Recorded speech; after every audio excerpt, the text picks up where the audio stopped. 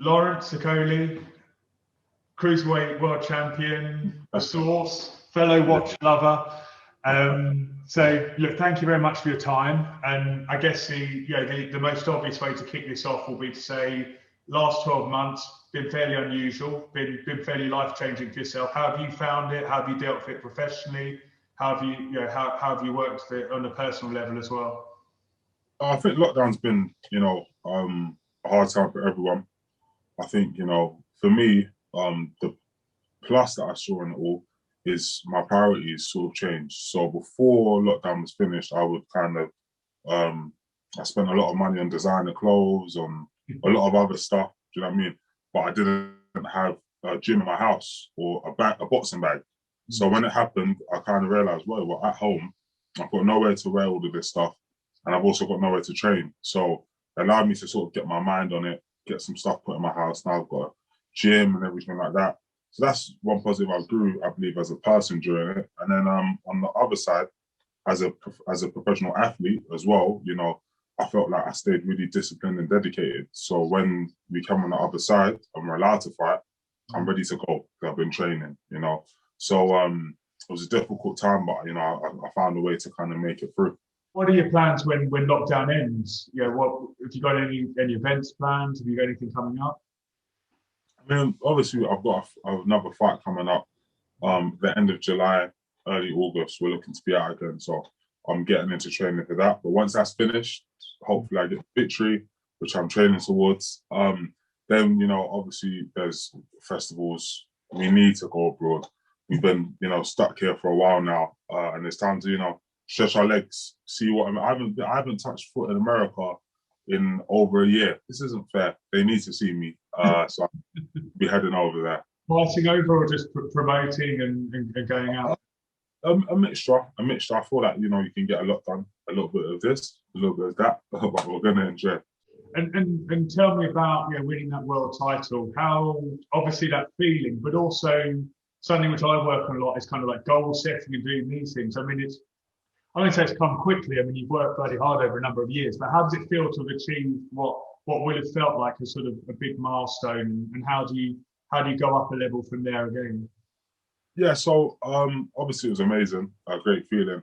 But for me, if I'm going to be honest with you, most of the time I feel more relief than like jubilation when I win. I thought, you know what, I've set that goal. I did it. Yes, congratulations. What's next? I don't really feel that overwhelmed with any occasion or any moment. It's just, you know what, I set out to do that and I managed to do it. Great.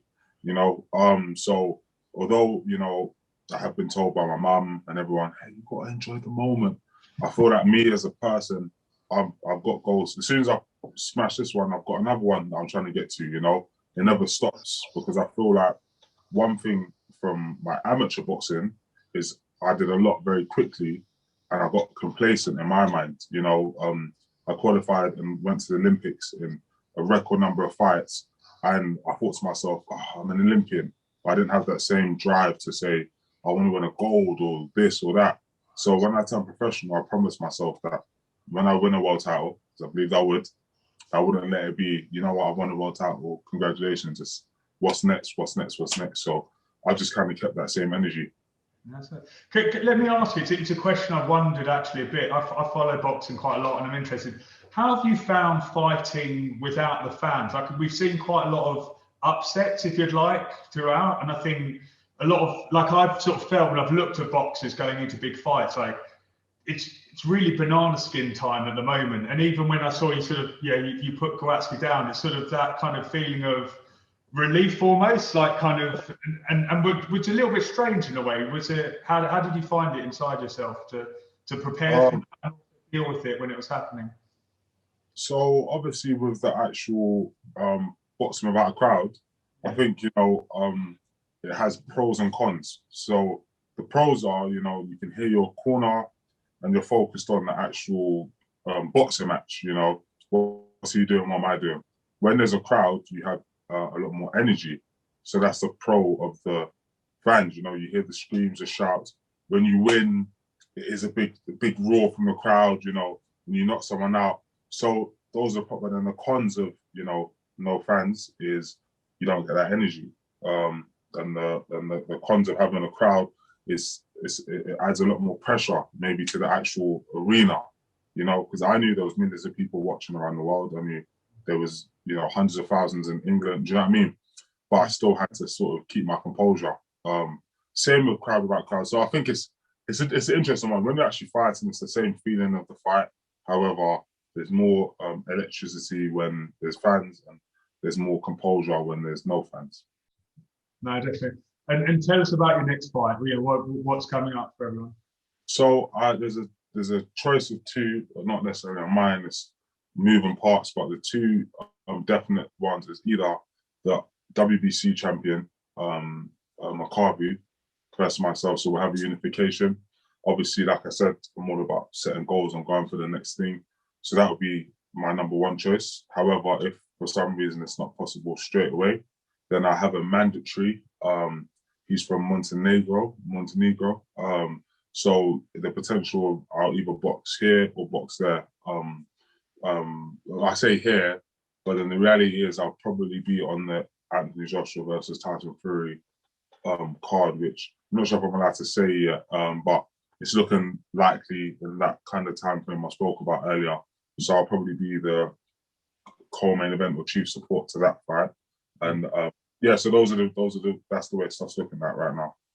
And tell me, one of the things that I found fascinating about yourself was the vegan diet. How have you found that? And I can't remember the name of it now, but there's a great Netflix documentary on that as well.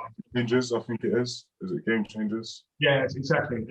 How have you found that, and how long have you been on it, and what have you done?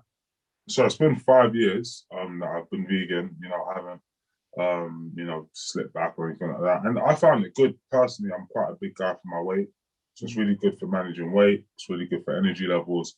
And I still feel really strong, really fit. So for me, it works well. It was obviously difficult initially because most boxers eat meat. So my whole training team was, you know, based around, maybe have a steak, and have a, you know what I mean? And they were really like drilling it. But obviously I sort of challenged my nutritionists and stuff to sort of, you know, let's see what we can do. And then fortunately, you know, obviously I had tests before and tests after, like with my bloods and stuff that I can't fake, you know, and all my results have, you know, gone through the roof, even to my bone density. So it's all good. Obviously, I saw you release some music videos. I watched. I mean, my big takeaway from it was the watches throughout. I quite enjoyed that bit of the video in the Dubai. Tell me about that and some of the other areas that you know that you're looking to move into. And I guess what you'd call more the business side or the brand side. You know, how you see yourself moving across into that world as well. So there's lots of stuff. Obviously now we've got a book. I can say I've done that. With the music stuff, there's lots of layers to that I go into, whether that's a motivational song. I've made a song for my mum. It's just another way of expressing myself, but it's good to see that so many people are drawn to it and are actually liking it. Obviously, where I come from, you know, rap and that kind of music is really big in my culture. But then I also want to get into stuff like acting. I feel like boxing is my life and it's a massive, you know, it's helped change my life and to get to this point. However, it's a sport that you're only good until you're in your mid-30s, you'd say. You know, I haven't seen a very good, you know, 50-year-old boxer yet, you know. And I'm realistic with that. So I'm enjoying it. I'm putting my all in. However, you know, there's other stuff that I'd like to get into. Do you know what I mean? As I said, acting, which I could do to whenever.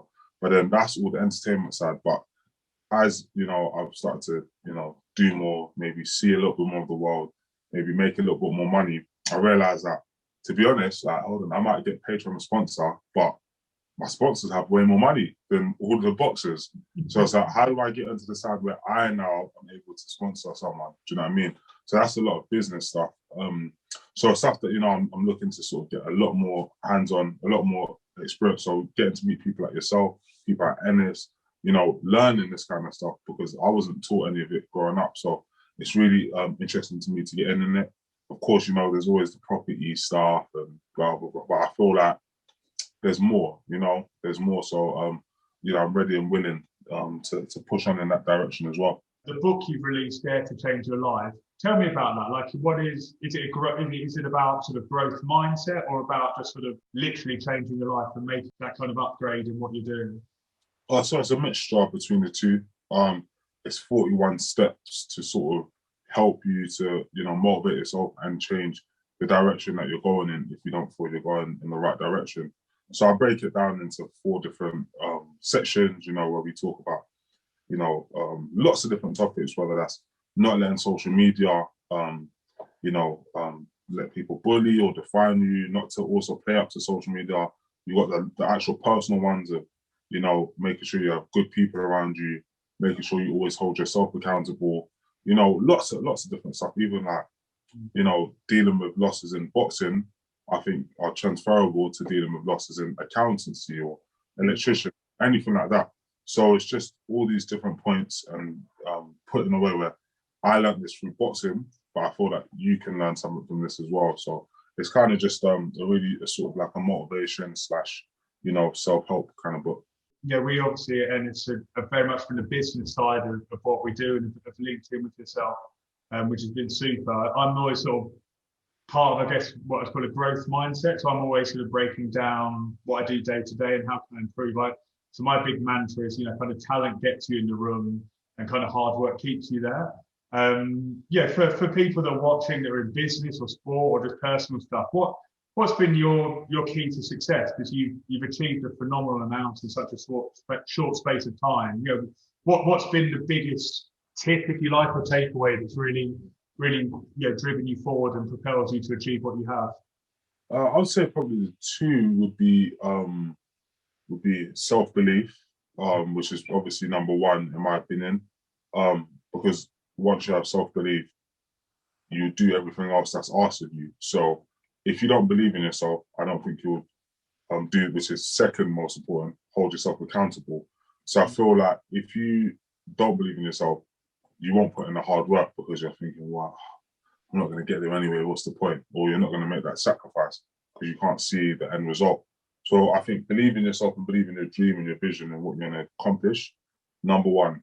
And after that, you have to hold yourself accountable, because there's looking great. I could look great in this interview, say all the right stuff, smile at all the right times. But then as soon as we get off of this, live a completely different life. I could, get in front of the cameras and say, I'm going to knock this guy out with this. But that's all just words. So you have to hold yourself accountable and make sure they know that anything you want to go out and achieve, doesn't matter where you come from, doesn't matter any of that stuff. It's up to you to go out and go and make it happen, So believe in yourself, know that you can make it happen. And once you've made that choice, hold yourself accountable and make sure that you do make the sacrifices, you do work hard, you do everything possible to get to where you need to get to. And that's it. I know it was long-winded, but... No, I think it comes down to a thing like, how do you act when people aren't looking? So these great things, but actually what do you do when the cameras are off? And I guess that would lead on to you're London based at the moment, and you said you're beginning down in Kent as we speak.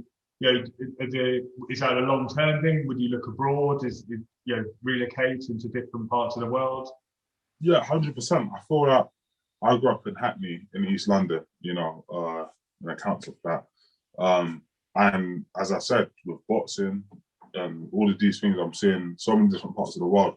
And although I love England, love Britain, I do feel like I do want to stretch and see other places, see a Monaco, see see a Dubai, wherever, do you know what I mean? So I really want to grow. I feel like, I'm still relatively young, still quite young, do you know what I mean? So I feel like there's so much more with the world I can see, so many things I can do. So I'm definitely ready, up for, and actually want to see more of the world, No, I mean, we spoke a little bit obviously before, and I moved down to Monaco a year ago, and the kind of personal taxation and all these kind of things which maybe get how it gets viewed aside, just from a sheer how to change your life and how to improve your life point of view, it is incredible. And sometimes a big takeaway I found was that you're continually testing yourself, no doubt, in what you do, but actually you're probably really in a comfort zone, that you're very used to what you do. And one of the big things I've enjoyed is, it sounds odd, it's being a foreigner, but actually it just really forces you out of that comfort zone. And although maybe I'll keep the same hours and the same training regime and the same work pattern, just that little bit of change, and it opens a bit. It's quite nice to have that sort of value, I think. Thank you very much for your time. Thank you. Must, if you come down to Monaco, say hello, and I'll try to do and actually unify those belts. It'll be incredible to see that happen. Yeah, no, it's a I've loved watching sort of cruiserweight division over the years with sort of Tony Bellew and David Hay and those guys, and I think sort of in the nicest way, you have that awkward style that I think is just going to be so difficult for so many people there. So I'm really excited to see it. Thank you so much for your time. Me too. Thank you so much. Sure. Have a good one.